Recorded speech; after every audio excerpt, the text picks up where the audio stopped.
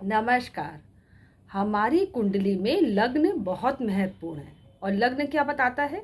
जो आप खुद हैं, जो आपकी पहचान है, जो आपका व्यक्तित्व है, जो आपका शरीर है, या कि मतलब आप कुछ भी काम कर रहे हैं, कैसे भी कर रहे हैं, किसी के साथ रिलेशनशिप बना रहे हैं, किसी के साथ बिजनेस कर रहे हैं, किसी के ग्रुप ज्वाइन कर रहे हैं, या कोई भी अपना काम कर रहे हैं, तो वो क्या कर रहा है? आपका शरीर ही कर रहा है। वही आपकी पहचान बता रही है और वही आपका काम कर रहा है। तो अगर आप कुंडली से रिलेटेड, किसी भी भाव से रिलेटेड आप कोई भी काम करेंगे, तो पहले लग्न में बैठे ग्रह को देखना बहुत ज़रूरी है।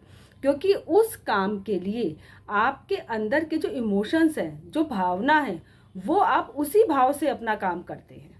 जैसे अगर अष्टम भाव का मालिक आपके लग्न में आके बैठ जाए, तो अष्टम भाव कहीं ना कहीं किसको दिखाता है? आपके भय को रिप्रेजेंट करता है, कि आपके कोई डर को, आपके रिस्क को। तो आप कोई भी काम करेंगे, कोई भी बिजनेस करेंगे, तो आपको लगेगा कि उसमें कितना मुनाफा होगा, कितना खर्चा होगा। आप पूरा उसका टाइम टेबल बना के तब आप करेंगे कि उसमें कहीं लॉस ना हो जाए, कितना प्रॉफिट हो रहा है। इसी तरीके से अगर आप घर बनाएंगे चौथे भाव से संबंधित, तो आप भी बहुत सोच समझ के बनाएंगे, कि ऐसा नहीं है कि आपने सोचा और आपने कर दिया।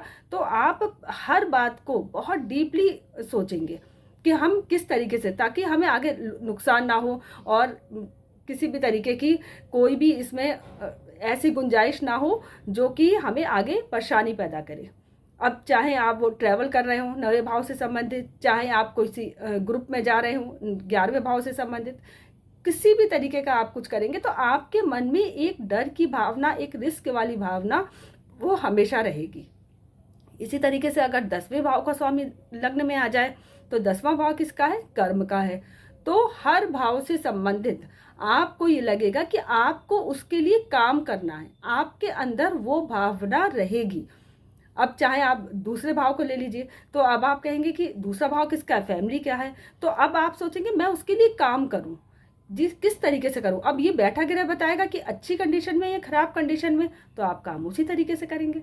लेकिन आप अपने अगर चौथे भाव के लिए कहें, तो आप अगर लग्न में 10वें भाव का स्वामी अगर बैठा हुआ है लग्न में, तो आप ये सोचेंगे कि मैं अपने घर के लिए क्या कमाऊं, किस तरीके से उसको बनाऊं, और उसमें कितनी मेहनत उसके ऊपर करूं कि तो वो ज़्यादा से ज़्यादा अच्छा लगे। मतलब उस पर काम करेंगे। ऐसा नहीं है कि आप जो है वो ये सोचेंगे कि मैं उसको किसी और को दे दूं, किसी और को सुपुर्द कर दूं और फिर फ्री हो जाऊं।